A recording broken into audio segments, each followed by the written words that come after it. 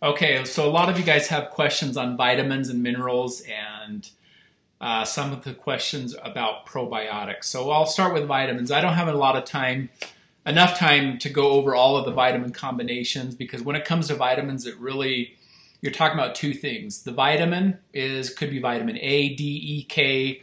It can be vitamin C. It can be whatever, whether it's water soluble or fat soluble. We'll get into a little bit later. But vitamins are all usually going to be in a multivitamin. Okay, it doesn't matter where you get it, Costco, Sam's Club, Walmart, from me, at my office, at a health clinic.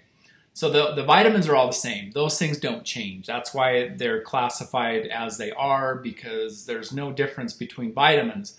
Now, having said that, there is a difference in what the vitamins are combined with.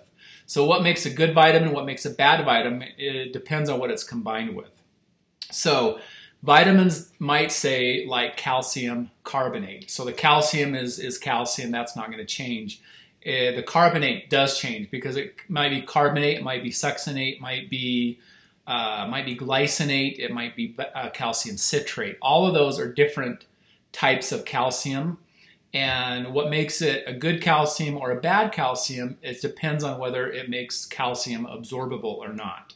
So for example, when you're talking vitamins, we've got calcium. Let's use that example again. We got calcium carbonate, which is a really big molecule. So we got calcium.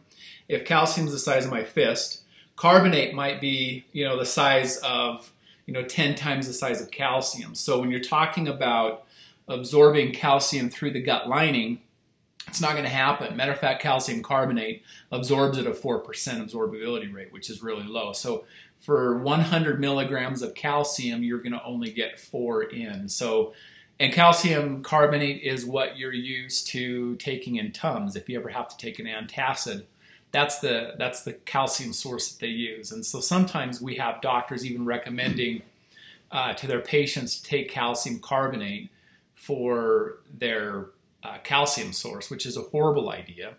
Another thing that they're not trained on is how it assimilates through the GI tract. So let's say somebody does take 4 or 100 milligrams of calcium carbonate, which is a poor source of calcium. When I say poor source, it's not going to hurt you. It's not going to damage your guts at all. You just don't get it in. So really it's not you are what you eat. It's you are what you assimilate and digest. So we've got calcium carbonate, which is a huge molecule.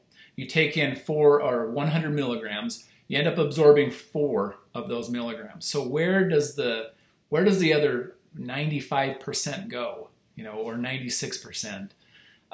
It goes to counter acid. So this is a unique example to calcium. This doesn't apply to all other vitamins and minerals, but calcium carbonate neutralizes acid.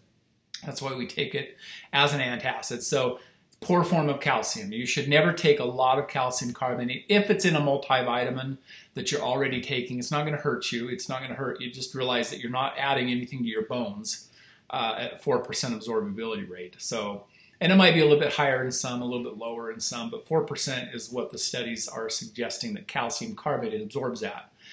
Never take Tums as a calcium source too, because it's an antacid, and the mineral calcium actually needs an acidic environment to be absorbed and assimilated. So if you're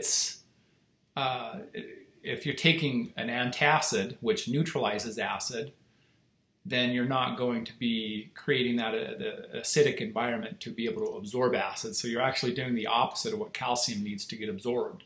So little things like that you have to watch out with vitamins and minerals. And that's just one calcium example.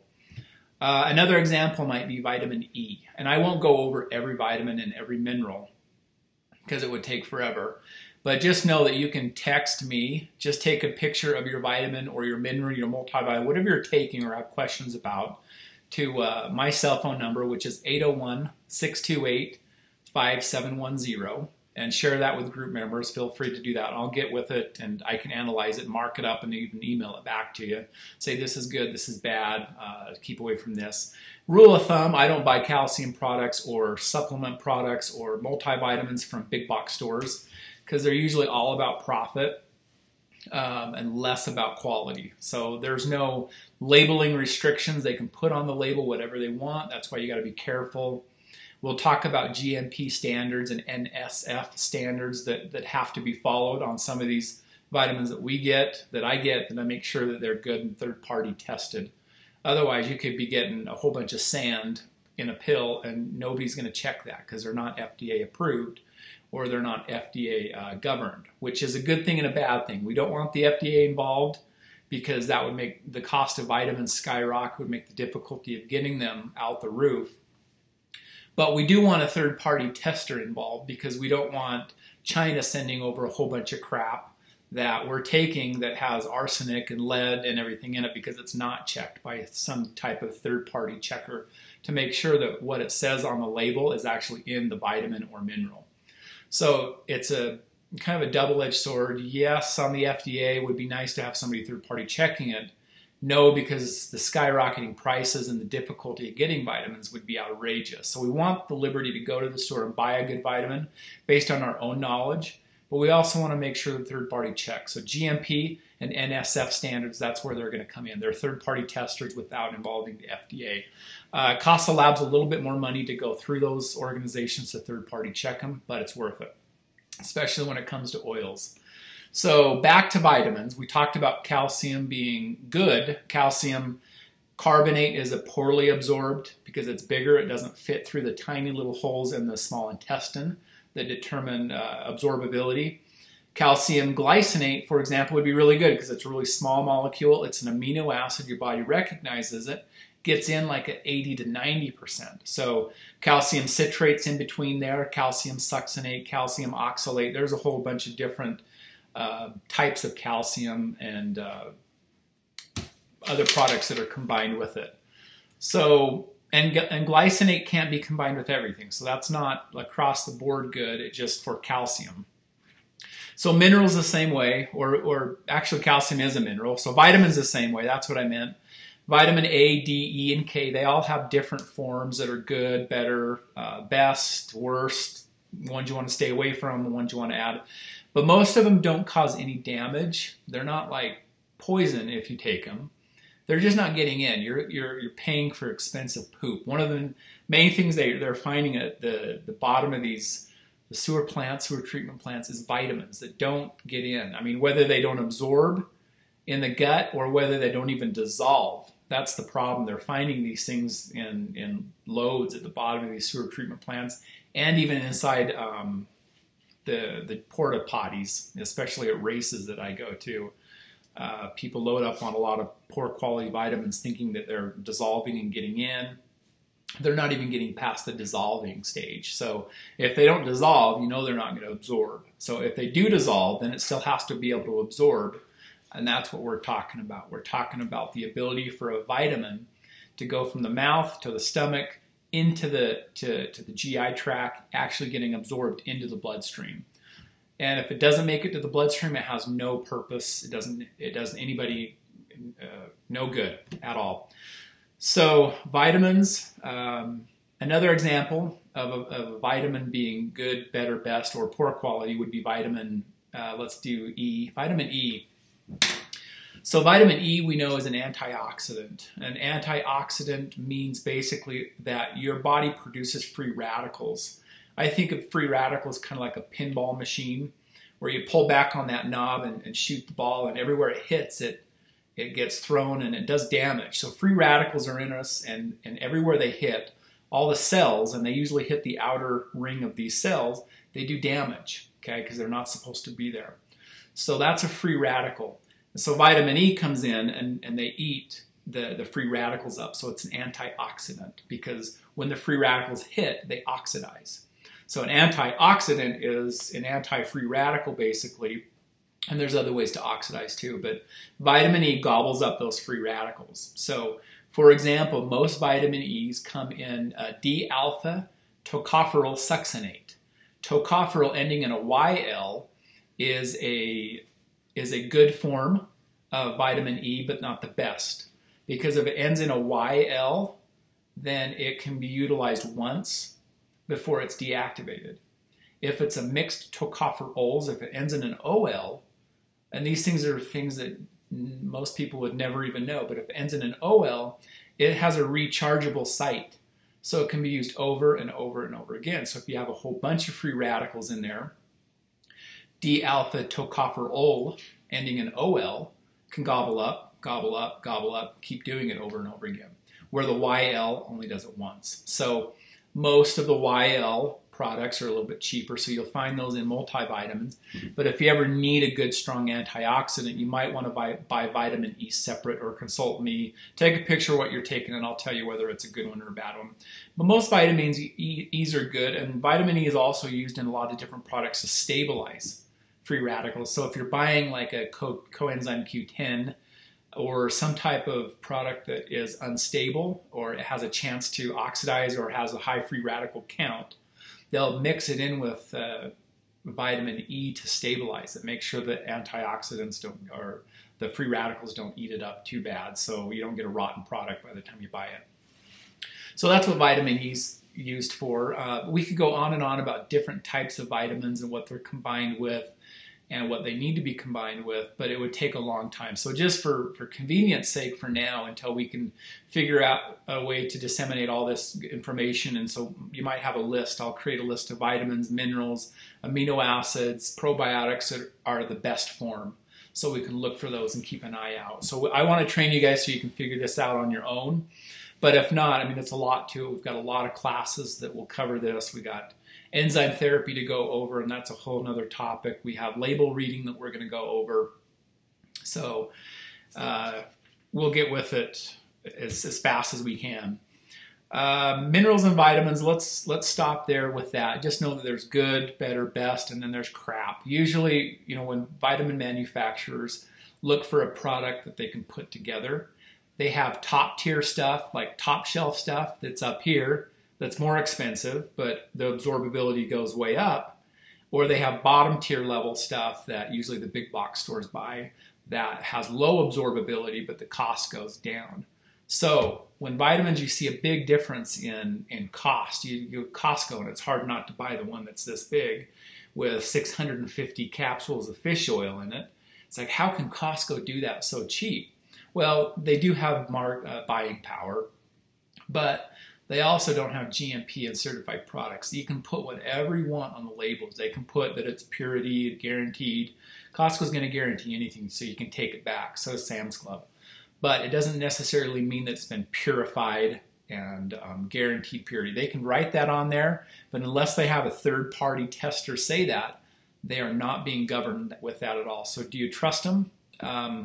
I don't. I personally don't trust them at all, because when you're talking vitamins and minerals, you're taking it in, and it depends on where you're getting those. If it's the China Sea, you're going to get lead, arsenic, things that you don't even want inside. Even small amounts can do a lot of damage.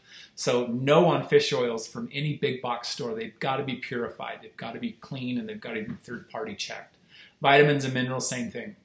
So probiotics, had some questions on probiotics. What are probiotics? First of all, probiotics are living organisms. They're good bacteria. So we have bad bacteria. We all know the Staphylococcus and Streptococcus and Pneumococcus are all bad bacteria, and there's a whole plethora of other bad bacteria out there, and they cause us to be sick. On the flip side, we have good bacteria. Our gut has about 3.5 to 5 pounds of good stuff. So what happens is when we take an antibiotic to kill the bad bacteria, it also kills usually the good bacteria, especially if it's a broad spectrum antibiotic. Broad spectrum antibiotic means it's not an antibiotic that just fights staph or just fights streptococcus. It's an antibiotic that kills every bacteria that it comes in contact with. It's not really the ones you want prescribed to you. If you need to take an antibiotic for strep, make sure it's a single or double spectrum antibiotic or a targeted antibiotic for that type of bacteria. Broad spectrums do a lot more damage to our GI tract because they kill all the good stuff. So why do we need good bacteria in our GI tract is because we have about 3.5 to 5 pounds of good bacteria in about 30 feet of intestines. So it is what protects us. I always say it's the armed forces of our GI tract. So it fights bad bacteria, it keeps the ecology in the GI tract safe for us. So we need probiotics to help combat the bad stuff that's always coming in, because the GI tract is not considered inside the body. What's considered inside the body is the bloodstream. So we have to have lots of filters and a lot of armed forces in our gut helping preserve the absorbability and basically the integrity, if you want to say that, of the GI tract. So the GI tract should only allow things to get through that are small and digestible. When bad bacteria starts to take over, we get inflammation, we get a whole big process that leads to a lot of other problems like leaky gut syndrome or gut permeability, all those things that can lead to a lot of other chronic degenerative type problems. But probiotics are living bacteria. They live in our gut. We have about 3.5 to 5 pounds. And they get killed by taking antibiotics, and they get killed by an unhealthy GI tract period. So it's always good to build up your probiotics because it makes a GI tract a lot more healthy and a lot less toxins getting into the system. We also have prebiotics, which are probiotic food. So probiotics have to eat. And so there's a whole different list of prebiotics that you can use to feed the probiotics. So when you're taking a probiotic supplement, you might want to consider a prebiotic with it too. So that combination tends to upregulate or boost the probiotic effectiveness by using a prebiotic. So in summary, before I end, vitamins and minerals, okay, have to be combined with something that's absorbable. Okay, it can't be something bad. It has to be something smaller. It has to be something the body recognizes in order for it to be a good fit for you to take internally. Probiotics are good bacteria. We have 3.5 to 5 pounds in our gut, and we need to always keep adding to that, especially in our kids that have antibiotics. You know, if your kid needs an antibiotic, that's up to you. But in our family, we do everything we can not to put them on it. Our kids have been at times, and I know when that is.